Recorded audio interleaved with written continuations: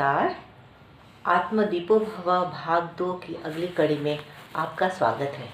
मेरी इस कहानी का शीर्षक है सरदार दादी। नवनीत अपने गांव खुशीपुर की मुखिया है। 1962 के चीन के साथ हुए युद्ध में उनके पति शहीद हो गए थे। उस समय उनकी उम्र मात्र 18 वर्ष की रही होगी। अब काफ़ी वृद्ध हो चुकी हैं, पर बड़ी कर्मठता से खुशीपुर की खुशहाली की जिम्मेदारी को निभा रही हैं। नवनीत को खुशीपुर में सरदार दादी के नाम से जाना जाता है। पति के शहीद हो जाने की खबर से मूर्छित हुई नवनीत एक सीधी साधी गांव की लड़की समय के थपेड़ों को सहते हुए आगे बढ़ती चली गई। करीब 25 वर्ष की हुई होंगी तभी उन्होंने एक अनाथ बच्चे को गोद लेकर जीवन का उद्देश्य लेकर अपने जीवन में आगे बढ़ने लगी। पति का घर था, सास ससुर थे, खेत खलिहान था।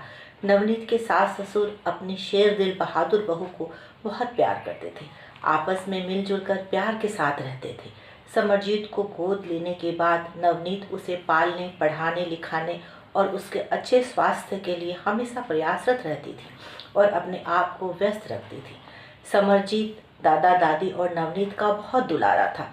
पुत्र के विछोह से नवनीत के सास ससुर टूट चुके थे, पर नवनीत और समरजीत उनके जीवन का सहारा थे। समरजीत को इतना लाड प्यार दिया जाने लगा कि वह ज़्यादा लाड प्यार की वजह से धीरे धीरे बिगड़ने लगा। बच्चे तो कच्ची मिट्टी के घड़े की तरह होते हैं। अधिक लाड प्यार हो या अधिक सख्त व्यवहार, दोनों ही स्थिति बच्चे के सर्वांगीण विकास के लिए सही नहीं है। पर नवनीत की ममता और दादा दादी का अंधा प्रेम इन बातों को समझ नहीं पा रहे थे। समरजीत 16 वर्ष का होने वाला था। उसका जन्मदिन आने वाला था। समरजीत को जितने पैसे चाहिए दे देना नवनीत, कल मुंडा 16 वर्ष का हो जाएगा। दादाजी ने आंगन में झूले पर झूलते हुए कहा। हाँ पापा जी। नवनीत ने समरजीत के हाथ में 5000 रुपये रख दिए। दादी ने भी कुछ रुपये सिर पर से नजर उतारते हुए गरीब को में बांट देना या गुरुद्वारे में दे देना कहकर पकड़ा दिए। समरजीत सारे पैसे पॉकेट में रखकर सुबह होने के इंतजार में दोस्तों को आमंत्रण देने चला गया। अगला दिन समर के जन्मदिन का दिन आ गया। सुबह का समय नवनीत और समरजीत की दादी ने पूजा पाठ में बिताया। बहुत सारी दुआएं बच्चे को दी गईं, दिलवाई गईं। अब शाम होने को थी। समरजीत के मित्र गांव की गली में उसका इंतजार कर रहे थे। गांव के पास ही शहर की ओर जाती हुई सड़क के किनारे एक पंजाबी ढाबा था। वहीं पर रात के खाने की व्यवस्था थी। सभी मित्र ढाबे नुमा रेस्टोरेंट में पहुंच चुके थे। मस्ती चुहलबाजी चल रही थी। फिल्मों और क्रिकेट की बातें चल रही थी। हंसी मजाक हो रहा था। तभी टेबल पर खाने का ऑर्डर लेने के लिए होटल का मैनेजर पहुंच गया। 10-12 किशोर उम्र के बच्चे थे। मैनेजर खुद ही उन लोगों का ध्यान रखना चाहता था। समरजीत ने खाने का ऑर्डर दे दिया। आधे घंटे के इंतजार के बाद स्वादिष्ट व्यंजन आने वाला था। सभी बहुत खुश थे।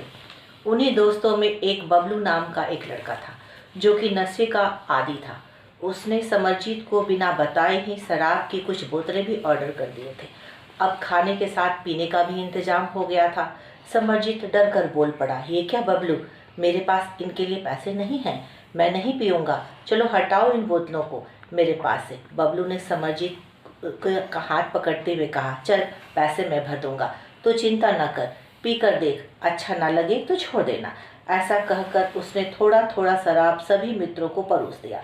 खाना खाते खाते बच्चे अब शराब की चुस्की भी लेने लगे। नादान उम्र के बच्चे गलत राह पर पहला कदम उठा चुके थे। रात के 11 बजने वाले थे। सभी मित्र मौज मस्ती करते हुए अपने अपने घर की ओर निकल पड़े। समरजीत घर पहुंचा और घर के पिछले दरवाजे से चुपचाप अंदर गया और अपने कमरे में लिहाफ ओढ़कर सो गया।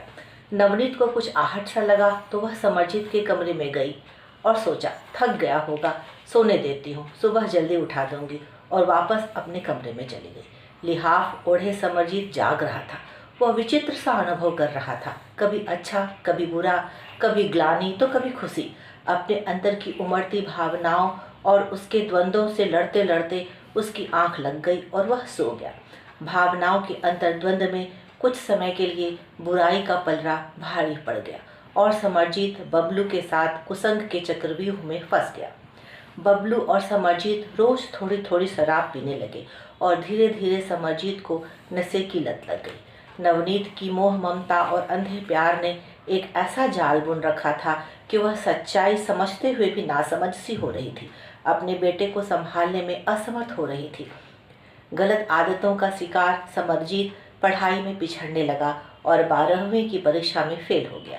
दादाजी ने रिजल्ट देखते ही ऐलान कर दिया, खेती बाड़ी करेगा, अपनी जमीन है, इसे ही संभालना है, कोई इसे डांटे ना और ना ही फटकारे, रब की जो मर्जी। बस नवनीत ने भी अपने होठ सिल लिए।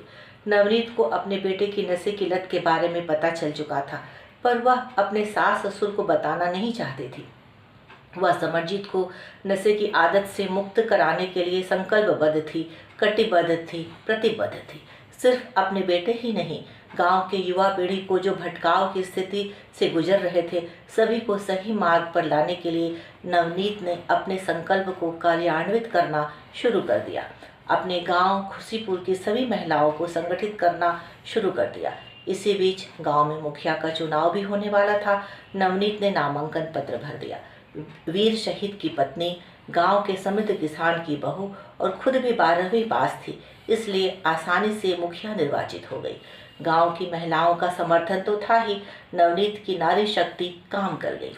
नारी शक्ति नाम का संगठन बना, जिसमें सभी महिलाएं दोपहर में घर का काम निपटाकर आपस में मिलती थीं, गांव के सभी समाचारों को एक दूसरे से अवगत कराती थीं, सभी के बेटे बेटियों के बारे में, उनकी गतिविधियों के बारे में जानकारी ली जाती थी, उन पर नज़र रखी जाती थी। विशाल रूप ले चुका नारी शक्ति संगठन ने एक युवा मोर्चा को जन्म दिया, जिसमें भटके हुए युवाओं को शामिल कर उन्हें बुराइयों से दूर करने का प्रयास किया जाने लगा। नवनीत ने समरजीत को भी युवा मोर्चा में शामिल किया। शहर से डॉक्टर बुलाए गए, जो युवकों को नशा मुक्त कराने के लिए दवा और परामर्श देने लगे। नवनीत ने ठान लिया था कि उसके गांव का कोई भी नौजवान नशे का शिकार नहीं होगा। प्रशासन की मदद से नशे के अड्डे को बंद करवाए गए और नशीली वस्तुएं गांव के आसपास भी ना पहुंच सके और नवयुवकों के पहुंच से बाहर हो, ऐसी व्यवस्था भी की गई। इस तरह कई वर्षों के सतत प्रयास से खुशीपुर एक नशा मुक्त, खुशहाल और समृद्ध गांव बन गया। नवनीत आज भी खुशीपुर गांव की मुखिया हैं। उम्र हो चली है, पर सेहतमंद और दुरुस्त है।